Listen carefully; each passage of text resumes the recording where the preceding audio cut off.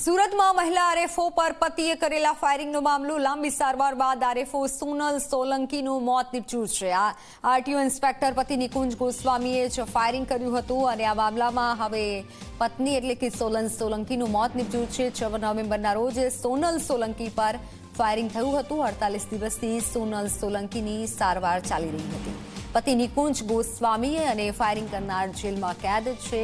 ગુનો નોંધાયો અને ત્યારબાદ આરોપીને ઝડપી લેવાયો હતો અને તપાસ કરતા અંતે સામે આવ્યું હતું કે આરોપી જ ગુનેગાર છે। ફોનલાઈન પર સંવાદદાતા સંદીપ જોડાઈ ચૂક્યા છે। સંદીપ, હવે અંતે જ જે સોનલ સોલંકી છે આરએફઓ અધિકારી, તેનું મોત નીપજ્યું છે, આગળ કેવી કાર્યવાહી થશે?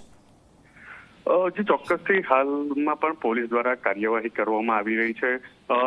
6 નવેમ્બરના રોજ જે સોનલ સોલંકી છે આરએફઓ, તેમની અકસ્માત થયેલી હાલતમાં કાર મળી આવી હતી। ત્યારબાદ તપાસનો ધમધમાટ શરૂ કરવામાં આવ્યો હતો।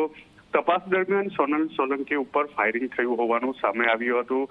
ત્યારબાદ તેમના પતિ છે આરટીઓ ઇન્સ્પેક્ટર નિકુંજ ગોસ્વામી, તેમની ધરપકડ કરવામાં આવી હતી। તેમની ધરપકડ કરવા બાદ તેમની પૂછપરછ કરતા તેમણે જ ફાયરિંગ કરાવ્યું હોવાની માહિતી મળી હતી। નિકુંજ ગોસ્વામી અને તેના મિત્રએ ને સોપારી આપી ફાયરિંગ કરાવ્યું હતું। ત્યારબાદ સોનલ સોલંકી છે સતત સારવારમાં હતા। 48 દિવસની સારવાર દરમિયાન જી, આભાર માહિતી બદલ।